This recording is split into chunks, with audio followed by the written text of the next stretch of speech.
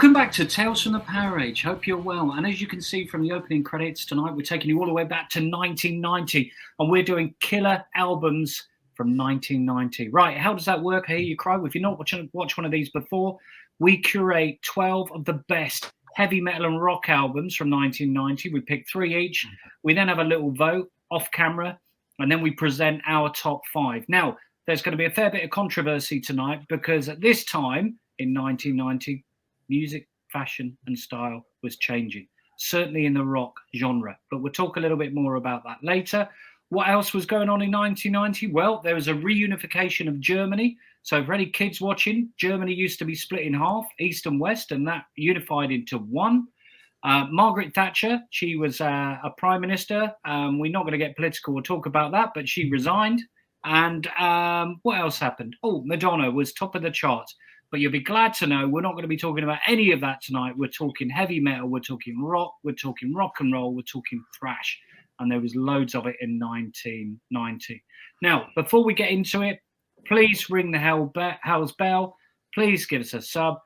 Get involved. Talk about this in the comments. Tell us what your top 12 is if you can be bothered. If not, just tell us what your top 5 is. We look forward to hearing from you. So, without further ado, Gav, you're up first. Over to you, mate. Right, here's my top 3, as represented by me. We got Painkiller, Judas Priest. They came storming back after a couple of less than storming albums. And we've got a couple of new things happening for Priest. They've had a bit of a rethink. Tom Allom has gone, and Chris Sangaridis is in the producer's chair for the first time. Fantastic producer, real chunky production the guy does. And the other more important, arguably, point is that Scott Travis is the new drummer. Dave Holland was good for the pop rock, but if we're going more metal, which they definitely did with this album, they needed someone with the double bass drum chops. And boy, does he show it off on this album. Just about every song has got the fast kick drums. And just like Maiden did with Where Eagles Dare and Nico, Scott did with Painkiller. First song, first track, drum solo. You got to love it. And they had, in fact, they, unlike most record companies and unlike Sony, they launched the first single was Painkiller. You know, they didn't go with a ballad. They actually went with, which is a good idea. So chops to them, props to them. And other singles from the album were Nightcrawler, which is another red vinyl. And the third one was the ballad-ish, if you can call it a ballad, Touch of Evil, with the world's biggest poster inside. So, yeah, fantastic album. What about you boys? Yeah. What a first record for us. Gives a bit of a feeling for the metal that we've got ahead. I love this record. It's so metal. The first album, the first side is so metal. I won't list all the tracks on the first side are massive. And on the second side, you said it's Touch of Evil. It's not a ballad because I really like it, so it can't. It can't be, can it? It's not a ballad. So it's superb. And Nightcrawler is in. It's one of my top Judas Priest songs. I absolutely love that. It's just so metal and it's so heavily guitar laden. It's unbelievable. And the subject, Hammer and the Anvil, things like that. It was great. The lyrics were very blatant and they were very more direct. They were very metal. But yeah, really love this. Right, yeah, just to pick out a couple of tracks off this album for me, Metal Meltdown and Between the Hammer and the Anvil were my 2 favourite songs of this album. But like Gav says, it's so much more metal than the previous album. I actually liked Turbo. I thought it was really good. But yeah, it's totally different to this. And they'd come back with a really, really heavy sound, which was fantastic. Yeah, it's brilliant. And the heavy sound from Chris Sangaridis, same year, he did this gem. Wow. It's mad, isn't it? Can you imagine him like finishing up with Priest and then doing these guys, or the other way around? No, I can't imagine that at all. Wow. So Priest has definitely taken the heavy road. So I think bands were deciding, and much of this maybe have been influenced from Metallica and their commercial success, and they certainly decided to go down the metal route, whereas they had been a bit blonde perms and well, yeah, a little bit glam, hadn't they? They'd been more Yeah. Bon Jovi a few Yeah, they years definitely later. glammed up previously. Yeah, So yeah, interesting. they Okay. they were clever with the turn they took. Mm. Next one up, you might predictably say, for me. Slightly different. Yeah. And, you know, again, a change in direction, but this one, I think, more record company led than Tony Clarkin led. This was Magnum, Goodnight LA. And this was obviously a departure in terms of making it sound extremely commercial. They moved over to LA for a few weeks, or months, in fact, recorded in Keith Olsen's studio. And he was the same guy that did Whitesnake 1987. For the first time, Tony worked with a couple of external songwriters. So Russ Ballard and Jim Vallance had a number of co-writes, which apparently he was okay with, but I would have thought he wouldn't have liked it very much. But the ultimate aim was to try and get them Polydor pushing them to move into the American market and get those big American hits. Never came off because they never released the album in America, ironically, which is mental. But having said that, really good, solid Magnum album. Great singing, great performance. First time I bought it, had a bloody great error. I couldn't play side 2. So I was on holiday when I bought it. You not take that back? No, I was on holiday. I can't believe it. You send everything back to Amazon. So yeah, I've got it again. Don't worry. Don't worry. It's probably worth quite a bit, isn't it, with that label like that? Well, no, I don't think so. No. I thought it was a special edition because it looked like a bit like a moon, but it was just anyway. Don't worry about that. A couple of singles off this album. We had "Rocking Chair," which was the first single, and that ended up being in the set quite a lot in the future. And then this is a real anomaly: "Heartbroken Busted." 3 songs on the 12-inch, 4 songs on the 7-inch. Wow. Has that ever happened before? Totally random. Yes. Any Road. Yeah, I think that was all I had to say about that one. It actually commercially did okay. It went to number 9 in the UK charts. So I think that's just the Magnum fans like me running out and buying it, regardless of whether it was good or not. But it is good. But it's just not really a Magnum album. It wasn't long after they headlined Wembley Arena either, was it? It was only a couple of years after that. It was that era they were getting there. Yeah. So, but it all fell apart after that, sadly. Okay. Any other thoughts on the album, guys? Kind of passed me by, that one, really. Yeah. Yeah, I've got it, Gav. I don't mind it. I think it's all right. It's sounds good. Yeah, it does sound listening good. Listening to it again now, yeah, it's a solid album, but it doesn't pull up any trees for me. No, I've always hated the cover. Oh, the cover's dreadful. Yeah. And they didn't release it in America with that bloke on it. He is a famous, well, not a famous bloke. He was in a film, but Back to the Future. I can't remember which film it was. Back to the Future. Dr. Emmett. Let us know in the comments. But he is a famous model actor. Oh, that's brilliant. That was before he thought of the DeLorean. Yeah. It never caught on. Anyway, so go to your next one, Gav. Great Scott. Right, now bringing it back to both British and rocky metal. Not metal really, but fantastic anyway. As we've said on previous pods, we were pretty much all Terraplane fans, and we were gagging for them to do something more metal, gagging for them to grow their hair and stop listening to the record company push them in the wrong direction, which CBS certainly did. And this was perfect. So they came out with a really rocky album, fantastic set of songs, produced by Andy Taylor from Duran Duran. But don't let that bother you because it sounds bloody brilliant. And it doesn't date either. Still sounds great today. Loads of singles off this puppy. So Backstreet Symphony was the album, in case I haven't said it for anyone listening. She's So Fine was the launch single. Our favoured Stereo Separation on this one. You've got a poster in there as well. And then they re-released it when they played Donington. She's So Fine. But that was later. In between, it was Love Walked In. Red vinyl, 10-inch. Oh, so white vinyl, 10-inch. Oh. And then Give Me Some Love In. Oh, I've got that. So, yeah, loads of singles, loads of support from the record company. We had an almost entirely English Donington as well. almost entirely EMI. Poison, Aerosmith. EMI. Yeah. But yeah, Whitesnake headline, they opened. And just a fantastic album, you know, and I have bought the others, and I do love them, but that album still prevails for me. It's bloody epic. And we saw them at Aylesbury Civic Centre, and they were fantastic on this tour. Loved them.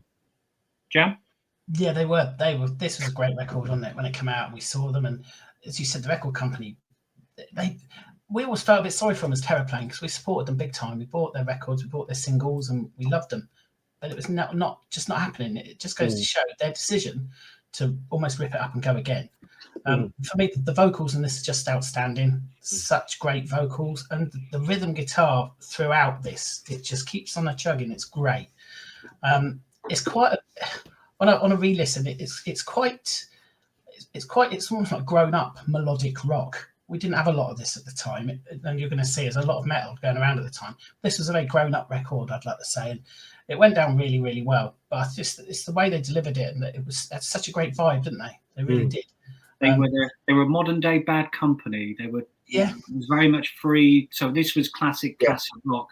The album is a real homage, really, for me, to Paul Rodgers in particular. It's brilliant. So I think the album was amazing, Gav, like you. And that set that they did at Donington is just historic. They, arguably they won the day, right? They were absolutely phenomenal.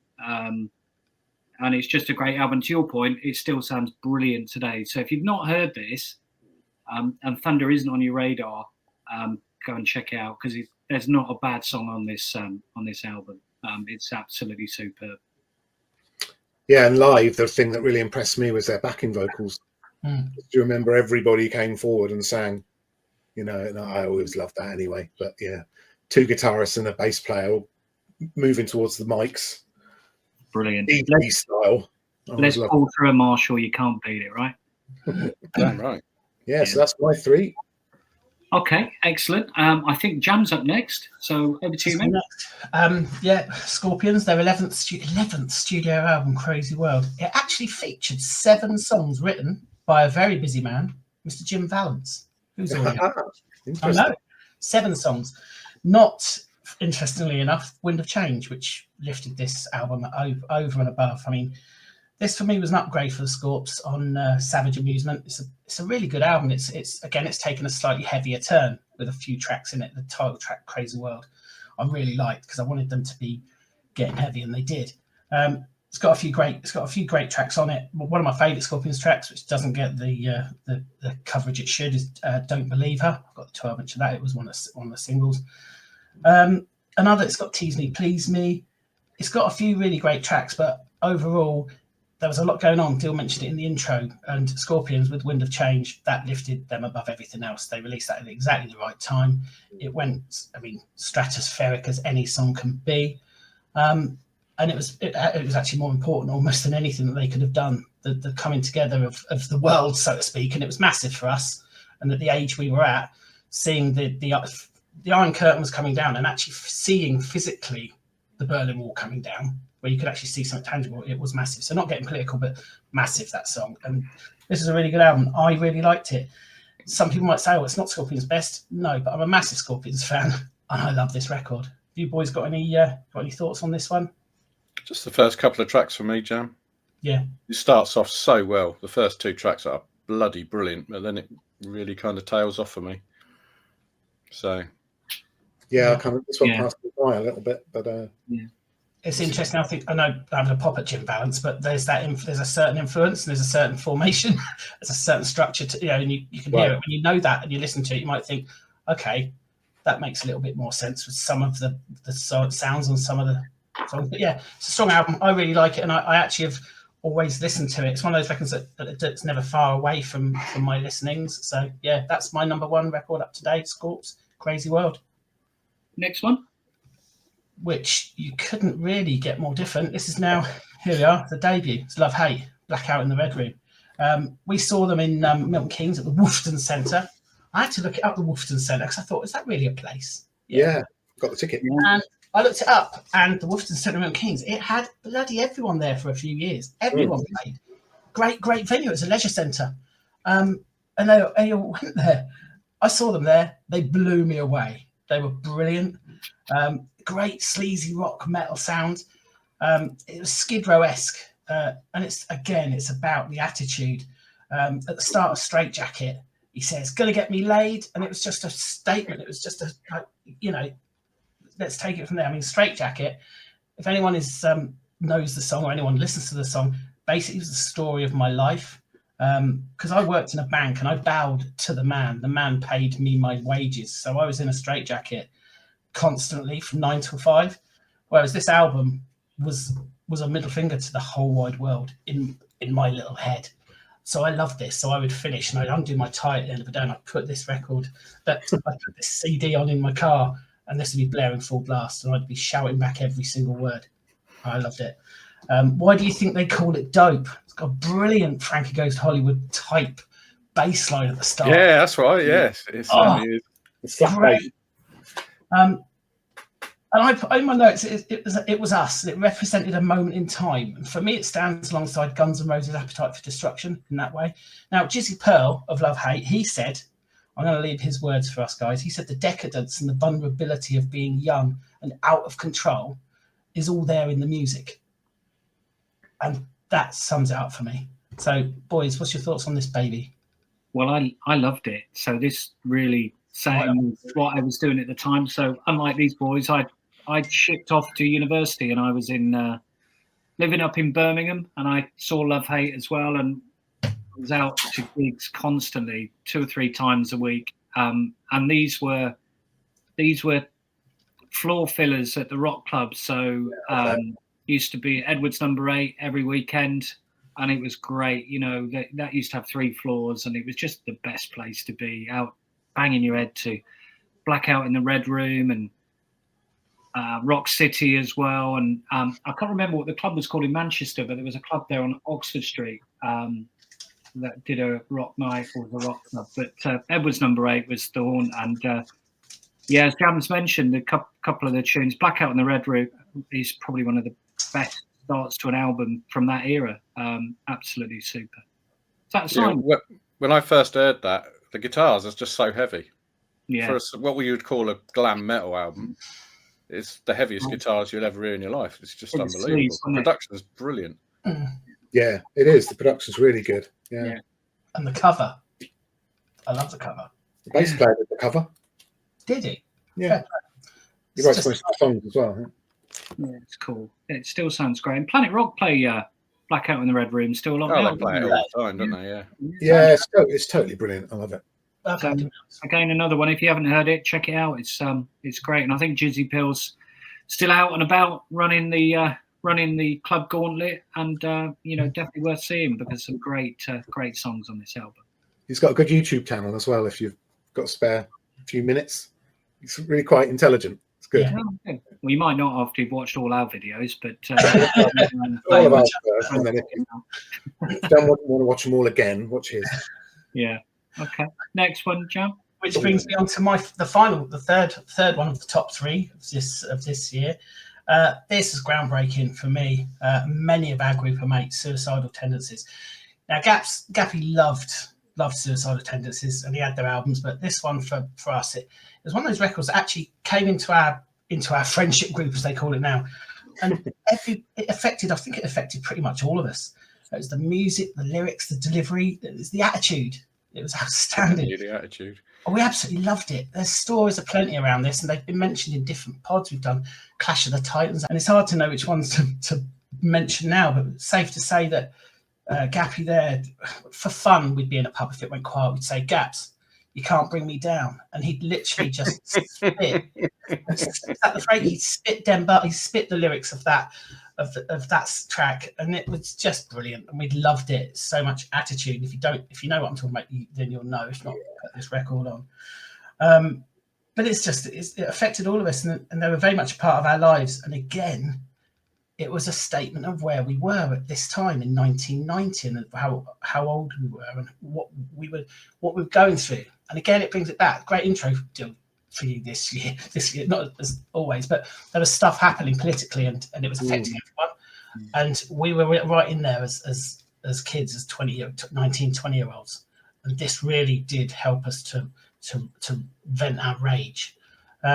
I know it meant a great deal to you guys. What are your thoughts on this one? Well, it didn't so much for me. This wasn't one that resonated. And as we said at the beginning, that the genre was going in probably a couple of different directions. And I was very much entrenched in the rock and roll side of rock and metal at the time. And I maybe veered away a little bit from thrash and that type of music. I've been heavily into it 16, 17. And as I got a bit older and moved away from home, I guess the chicks were more into the rock and roll, and that's probably what attracted me to following that sort of music. I was a big fan of Gunfire Dance, used to hang around with them in Birmingham at the time. So maybe my destiny and my route was taking a slightly different road to you three at the time. Yeah, absolutely adored it. I've been a fan for ages. They'd gone away from their sort of skate punk roots and they'd gone into a real thrash vein with this. It was the debut for a certain Mr. Robert Trujillo on bass. So he went on to be in another band. I can't remember who he joined, but don't know if he made it or not. But on this album, he was bloody brilliant. And there's every single song is a winner. Lovely, Alone, Going Breakdown. There's just not a bad song on this record. It's absolutely superb all the way through. Yeah, and they coupled the real serious stuff and the aggression with kind of more cynical, not comedy, but like Send Me Your Money. And Lovely and stuff like that. Yeah, so that's what appealed to me. And this era onwards for a few albums was when I was really into them. I didn't really get the full skate stuff. But like Jam said, it got Jolsey into it, and who really didn't like rock music, but he loved this album, absolutely adored it, and Flotty, who was just a sort of a status quo AC/DC man, and he loved this record. Yeah, it really did. It spread throughout, and as you say, Dill, you're more in sort of, there was like a scene. We were never part of it. I suppose we didn't go off to uni as such. We didn't really follow scenes or trends, really, did we? We'd hear something and we'd go, flipping heck, I love that. And then it would just evolve, and then we'd see them live. And so this one, it was a great record. And I couldn't, when I did my intro on it, I couldn't list any songs because they're all just out of this world. Brilliant. Okay, well, let's move on to the next one. I think it's me. I think it might be me. So brace yourselves. A real surprise first one for you. I might have a couple of bits here. So look, funny if I posted this on X a bit earlier, and there's been a few comments, and this was a bit of a return to form, of course, for the band. Produced by Bruce Fairbairn. Bon Jovi.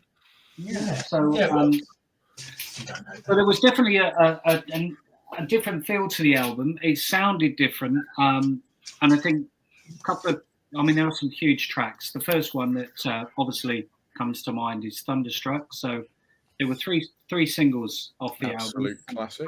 Thunderstruck was the first one. Have you got the poster, Gav?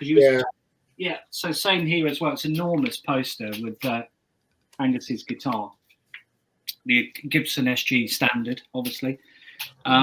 They also released Money Talks, which is quite cool, on the £10 note, £50 note. Excuse me, that's a £50 note. And they did they were still doing their picture discs at the time on Money Talks, which is quite funky. Look. They were. Let's just put these two down. I've got that much stuff. It's. They also did no one's surprised. Razor's Edge picture disc, which was pretty cool. A nice picture on the back there. Don't always see that. It's quite a difficult one to get hold of. What was also good was the promo, which had a number of tracks. A bit of this was for radio play.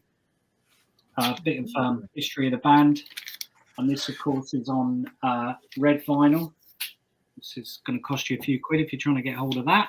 Which is quite nice. And also on the 12-inch, nice poster for that one, which is brilliant. I'm going to open it out because it's huge.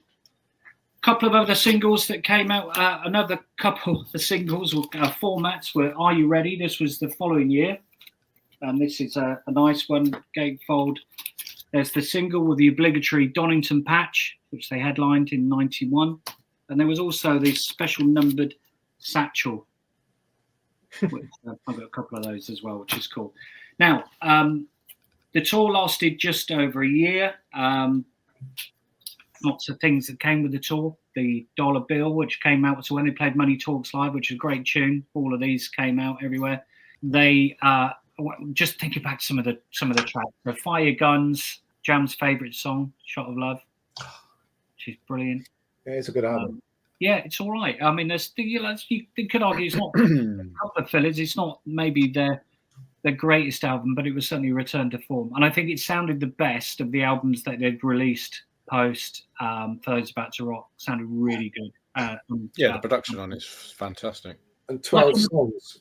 Just do 10 songs. Get rid of it. I know it sounded brilliant. Just a couple of other things to mention. I've managed to see him 4 times on that tour. Got one of my favourite ever things ever. Got Malcolm's. Only 4? Malcolm's played Plectrum. I mean, look at that. So cool. Yeah, And I've got that from the NEC in Birmingham, so 3 nights there. And just one other artifact item we might be worth seeing, and that is a Thunderstruck call sheet for the video. So super rare. And there's maps in it. This was filmed at Brixton Academy. And, there's all sorts of stuff in there, and names and people involved. A friend of mine was involved in the video, and he found it should go to. Here's the map. Look, classic, isn't it? Yeah. Should go to a good home, which it did. You'll be glad. Fan. Yeah. Any other thoughts on the record, guys?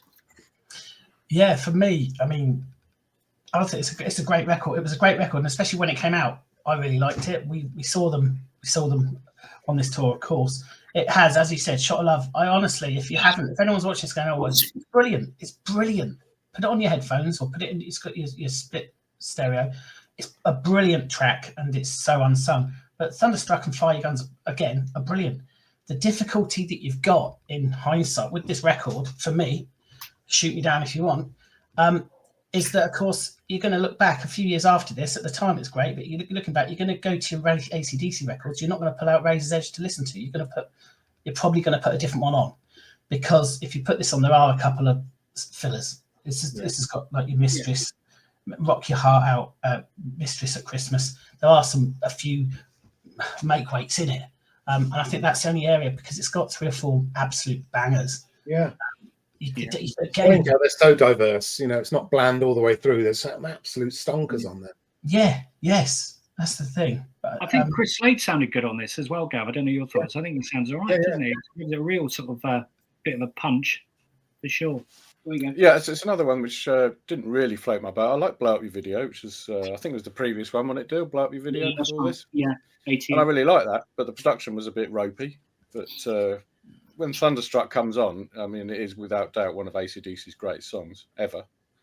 And yeah, there's a couple of dodgy ones on there, but Money Talks is a brilliant song. Fire Guns is brilliant. Yeah, overall, it's probably it's good. But like Gav says, you could have done with losing a couple of tracks, I reckon. It was a huge selling album, by the way. So yeah, absolutely. It sold over 8 million in the States alone. So of all the albums we're covering today, this was the biggest selling album by some way. I bet Thunderstruck's got a few views on YouTube as well. Yeah, 1.8 billion, I think, Gav. That's quite a lot. Is that all? Jesus. Yeah. Anyway, let's go on to the next one.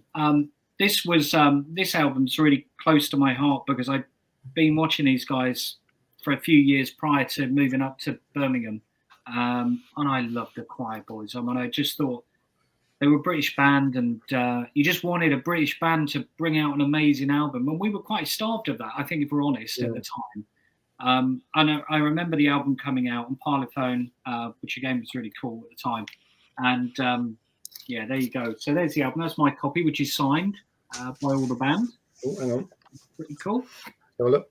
You can see spikes in gold, so you can just see it there just about, hopefully. But yeah, I saw them loads of times leading up to that point, and it's just a great album. It's a great party album. So again, if you're talking about Thunder being a homage to Free and Bad Company, this is a homage really to the Faces and the Stones. It's just, and there's not a bad song on this album, I don't think. I mean, you've got 7 O'Clock, Hey You, Man on the Loose, Whipping Boy, Sex Party. I mean, these were We were just in there on the dance floor, and Edward. Yeah, I was with you on this one. Yeah, because we'd seen him at the Marquee, haven't we, loads of times? Yeah, it's brilliant. I love it. I think it's a great album. And it benefited from being the album that came after 2 EPs, so they pulled the good songs, didn't they, from that? And they were obviously writing good songs at the time. And I think Sharon Osbourne was managing them as well. I think she was. Yeah, they had some big clout behind them, and they were part of that bill that we were talking about earlier with Thunder. Do you remember this still? They might have been. Oh, that's brilliant. Ray Zell. So Ray Zell, for those of you that either remember or don't remember, was the sort of resident sleaze glam writer in Kerrang. And he did the cartoons, didn't he, as well? Yeah. Pandora Peroxide. That's it. Yeah. So that was just in a charity auction, and it didn't have glass or anything in it. So I just picked it up for a steal. Got some glass fitted. Lovely. Nice. So, Ray, if you're watching this and that was stolen from your house, you know where it is. Oh God. It'd be a bit awkward, wouldn't it? Please don't. Yeah. I bought it. I've got a receipt. Yeah. Anyway, has anyone got anything else? Yeah, again, I thought great album, and I used to listen to this 7 o'clock, great tune. I loved Sex Party. I'd often listen to this getting ready on the way to going out. It had a chill vibe, but when I listen to it, I think of you anyway, Dill, because it's got you all over it. The faces, I noticed the faces, Rod Stewart. Do you know what I mean? It's got a real that side of things. Which again, when you're talking about the genre that we're developing into, we've got the whole lot on here, and to cover these, to get all of these into just 12, our 12 we picked. You'll see how hard it was when we do our 12 others. I'm hoping people watch this going, hold on a minute, we're coming towards the end. Where is my favourite record of this? That's how it is. This is a really hard one this year. It was the hardest one ever, wasn't it? Yeah, really difficult. But yeah, again, this is the style as well. Tight black jeans, black cowboy boots, polka dot black shirt with white polka dots. I mean, well, scarves, living the dream. They were the days. Well, they were the best of days. They were absolutely the best of days. Just like looking at you there, Dill, basically. Oh, and that's a segue into the next album, which is an absolute killer. I think Gaps wants to slag this one off first, don't you? No, I'm not going to slag it off. You don't want to know what I think of this record, so just go on. I can just hear grumbling in the background. This was on Def Jam. And this album blew me away. So I was lucky enough to go and see them on their second ever date in the UK, which was at Walsall Junction 10, tiny little venue. And we had the best time. So went with a good mate, Tommy, and we used to go to all of these gigs. And bearing in mind, we were probably going to 2 or 3 gigs a week at the time. And they parked their tour bus behind our car, so we couldn't get out. And or the car that we got there in. And we were living in central Birmingham at the time, and Walsall was just a couple of junctions up the motorway past Villa Park, right? So we couldn't get out until the band came out. Anyway, we came out, we invited back to the hotel. We went back to the Holiday Inn in Birmingham. And I can't really tell you any more about that. I'd probably get libelled. But anyway, in terms of the songs, they still play them now. Twice as Hard, Jealous Again, Seeing Things, Hard to Handle, which is of course the Otis Redding cover, which is amazing. And actually they re-released it a few years later, which I've got the box set down there with the horns as well. It just sounds great. She Talks to Angels, which is just amazing. To me, they were amazing. And I managed to nick a poster, not from the gig, but around Birmingham at the time. I wish I kept it. It's huge, with the live at Goldwyn's. I couldn't get a ticket for that. But I know the rest of the guys aren't massive fans of the Black Crowes, but I just thought this was a seminal album at the time. It's absolutely brilliant. A couple of singles that came from it, the Twice as Hard, of course, all on Def Jam, Hard to Handle as well. There's a couple of live tracks on the back of there too. Still stands up today, I think. Still sounds brilliant, and I still listen to it loads. I think it's brilliant. Kids love it. I mean, it's just brilliant. Good time rock and roll. That's it. I love your passion for it, Dill. Yeah, 10 out of 10, mate. It's 10 out of 10. I really like this. Didn't float my boat. Hard to Handle's best song on it, and it's a cover version. It is a cover version, you're right, but there are many other brilliant songs on there, as I've already mentioned. So Twice as Hard's brilliant. I couldn't pick one out. Twice as Hard, Jealous Again, amazing. Jealous Again's all right, but that's about it. Those two I really songs. like the production on it because it's Rick Rubin, isn't it? Yeah. It's really dry and really, and again, doesn't date because of it. There's no 80s, leftover sounds on this, which is exactly what you needed. Yeah. That's what Rick Rubin was doing at the time. He was having a great run of dry sounding albums. Slayer. Yeah, the same year. Yeah. Yeah. And this year they were nominated for a Grammy, so they're doing well again now, which is really great to see. I think people are going back and realizing what a great band they were. So that's my 3. Cool. This one. That's it, isn't it? Well Gappy's got some. Oh no, we got a few left. Just three. This little old thing here. Bought this the day it came out, which was the 24th of September 1990. I was with my mate Naz, and we were at college in Chesham, and we went down to the local record store that they had, and I picked this up. Been a Megadeth fan for ages. I'd seen them on the previous tour. This is the first album with the what you probably call the classic lineup, with Nick Menza joining on drums and Marty Friedman joining on guitar, and from start to finish, it's top notch. It's probably my favourite album of all time, not just 1990. This album is unstoppable. I mean, you've got Holy Wars, which is one of the greatest metal songs ever written. Hangar 18 follows it, another classic with 89 guitar solos, something like that in it, which is just immense if you like guitar solos like me. Like guitars. And you got Five Magics, you got Lucretia. There's just nothing bad on this album. It's just brilliant. A lot of people don't like Dave singing, but and a lot of people probably wouldn't call it singing, but I think he's fantastic, Dave Mustaine. I loved his attitude. I loved his, I don't really care what you think, and I'm going to be doing what I do. And yeah, I just absolutely adore this album. Great cover as well. Brilliant cover. Great cover, yeah. What do you reckon? So you saying it's the best? Sorry, you're saying this is the best record ever by anybody in the world ever in the history of time? Well, no, it's my favourite album of all time. I can't say it's the best ever by anyone, because I'm not qualified to say that. Yeah, in my opinion. In your opinion, this is your favourite album? Yeah. Cool. I didn't know that. That's awesome. Fair play to you. It's a great record. Good job at it. Holy Wars, Hangar 18, and again, Lucretia and Tornado of Souls. Brilliant. Yeah. I forgot to mention that was probably the best guitar solo of all time. Well, when you said about guitar solos, I thought Tornado of Souls. Yeah, I forgot to mention it. It's a really strong record. I really like it, and it's really heavy. I'd expect nothing less of you from your favourite album. Gaps. You could definitely tell they were coming together in every respect, songwriting and performing and even the imagery and stuff. Loved it. Loved this era. Okay, what's next? Right, so we'll go on to this one, which I know we've all got. There's Dill's version of Dill. You got a poster in that one, haven't you? No, it's in the More Than Words box. Oh, you got the poster in that? Yeah. So it's this. It's a bit. I did buy this at the time. Difficult to see, but it's varnishing it. I will not get the poster out in its entirety, but it is. Gav was talking about big posters. This is without. I mean, this is like wallpaper. It's that big. It's quite enormous. It's absolutely enormous. I'm not going to open it because I'll never be able to fold it back up again. It's that big. Anyway, this was about as hair or glam metal as I got, but it just comes with extraordinary musicianship from all three players and unbelievable vocal skills from Gary Cherone. Nuno's brilliant on this album. Did pretty well in the charts as well. Got to number 10 in the US, number 12 over here. And it clocked in at about 60 minutes, which is really, really long for an album of these days.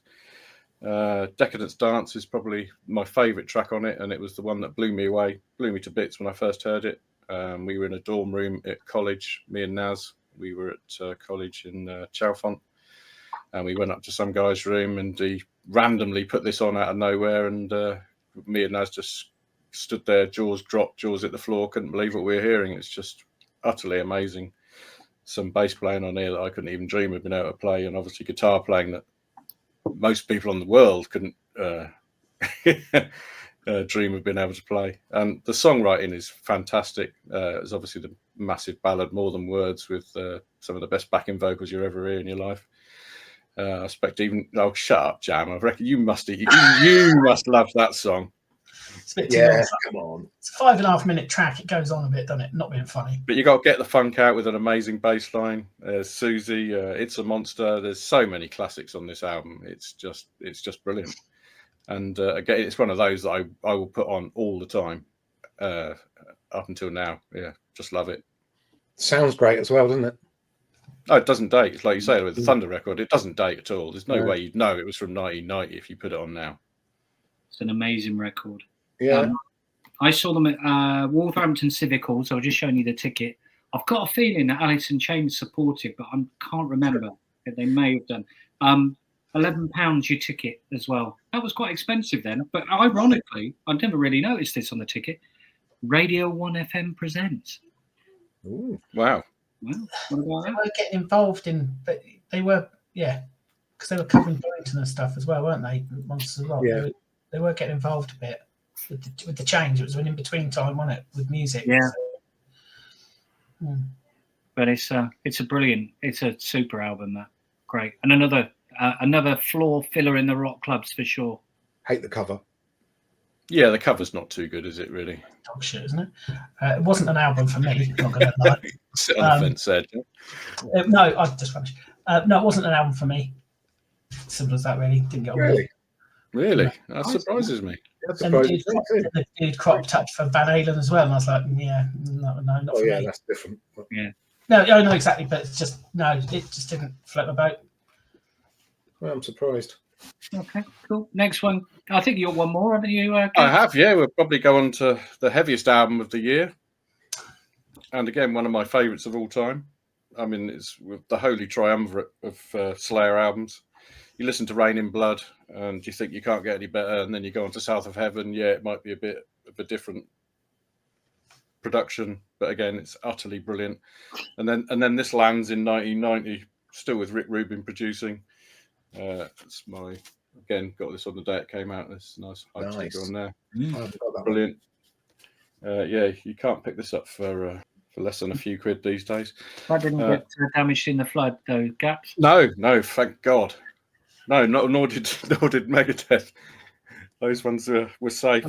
They'd thrown away a lot of the satanic lyrics, and it was mainly about war and the fatality and the futility of war. This album, and there's just so many heavy tracks on this album, so many speedy tracks. Hallow Point, War Ensemble. But my favourites are Skeletons in Society, which has probably got Kerry King's best ever guitar solo in it, where he actually tries and does a little bit of melody in it, which is very strange for a Slayer guitar solo, if you've ever listened to Slayer. But one of the greatest triumphs of all time is the closing track with the title track, Seasons in the Abyss, which is, it takes about it doesn't really. It takes about 3 minutes before you get a vocal. It's absolutely brilliant, the build up to it. It was something. And it's also Dave Lombardo's last album with the band for 16 years. So he really does well on this. It's brilliant. And again, what a cover that is. You don't want to wake up and see that, really, do you? One of my favourite music videos ever is Seasons in the Seasons. Yeah, it's just class, isn't it? They broke into the pyramids to do the videos. I've just got to mention Dead Skin Mask, which is a song about the serial killer Ed Gein, which has got very haunting lyrics and horribly haunting children screaming at the end of it, which is not very pleasant. But the track itself is just immense, as this whole album is immense. Cool. Any other thoughts, guys? I love that cover. Love the cover. And ending the album with the title track.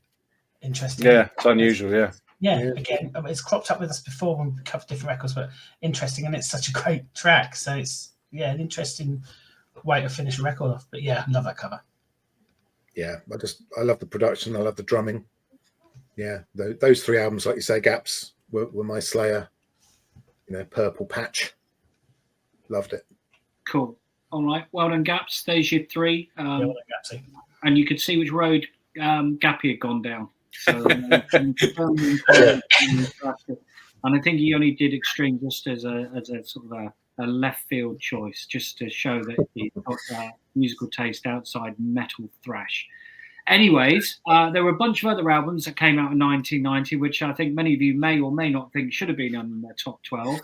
Any mentions around any of these guys? I've got surprisingly enough, I love the Damn Yankees album, which is totally different to Slayer and Megadeth.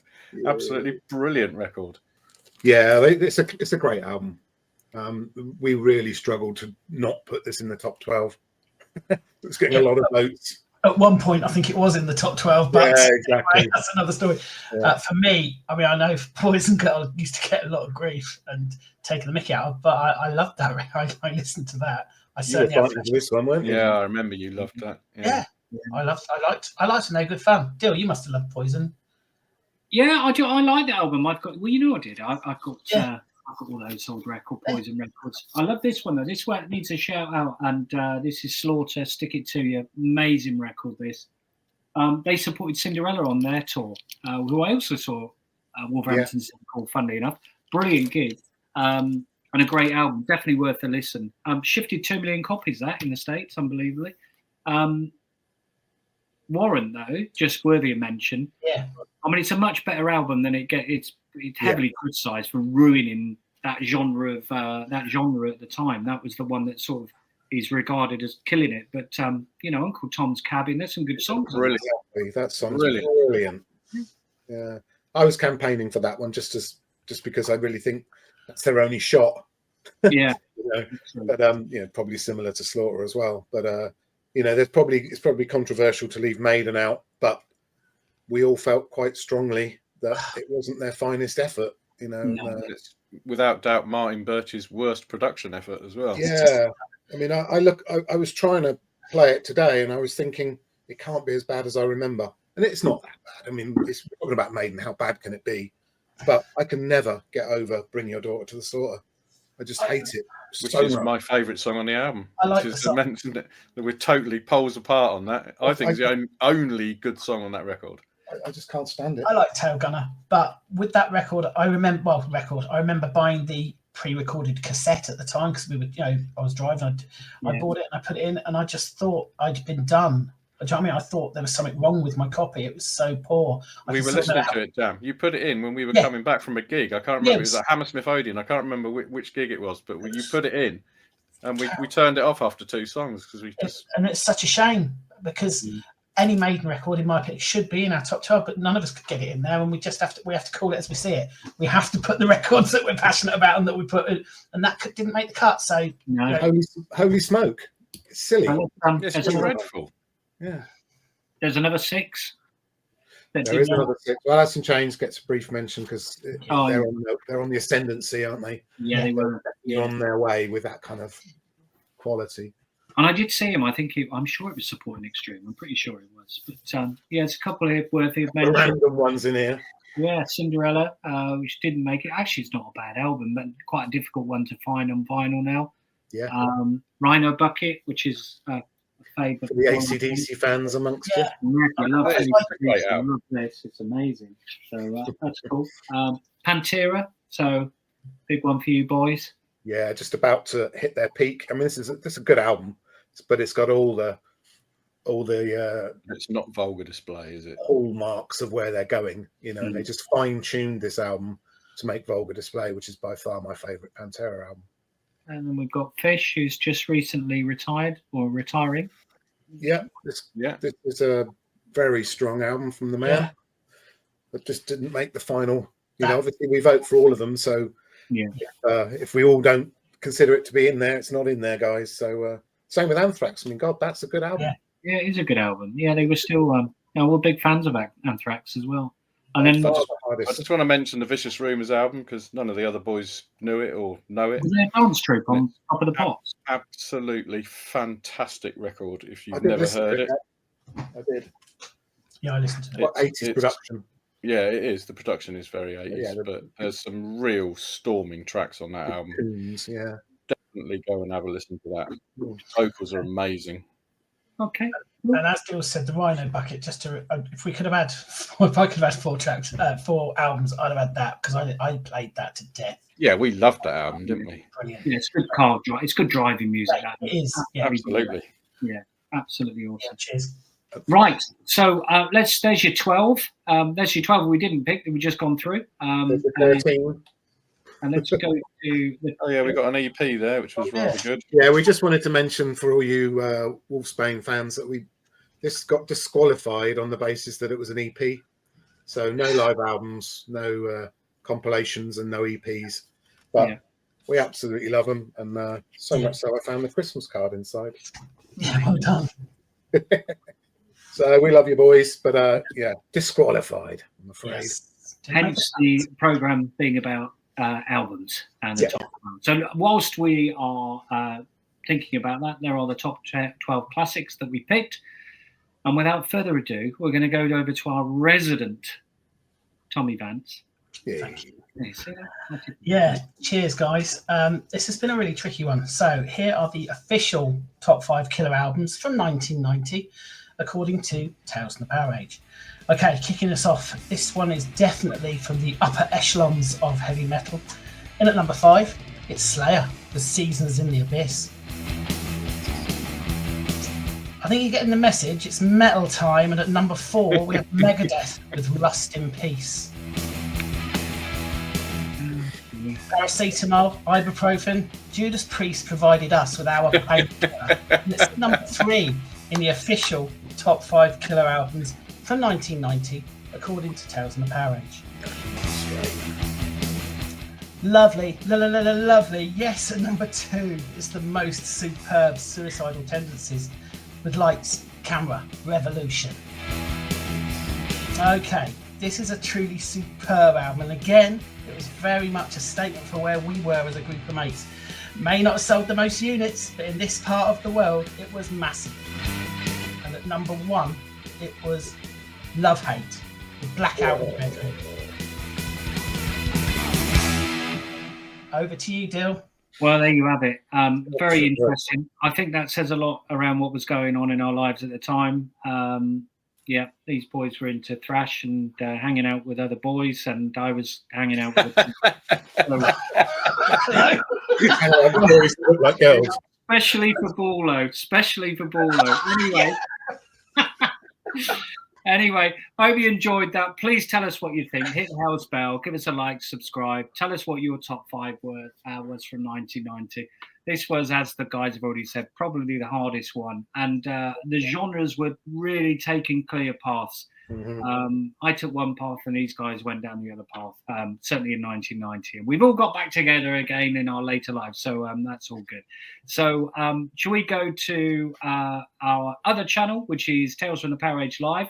So please check that out. We've got a whole bunch of videos from Fish's final tour. And there's also a video from our friend, our good patron, Leon, from the Cambridge Corn Exchange as well. So there's a whole bunch of stuff on there. Please keep an eye out because we've got some really good stuff coming up this year as well. We've got a number of AC/DC gigs and the huge Black Sabbath Black to the Beginning. So keep an eye out for that as well. If you want to catch up with us, you can see what we're up to on Facebook on Tales from the PowerAge. We're on X on Tales from the PowerAge at TTFTPR.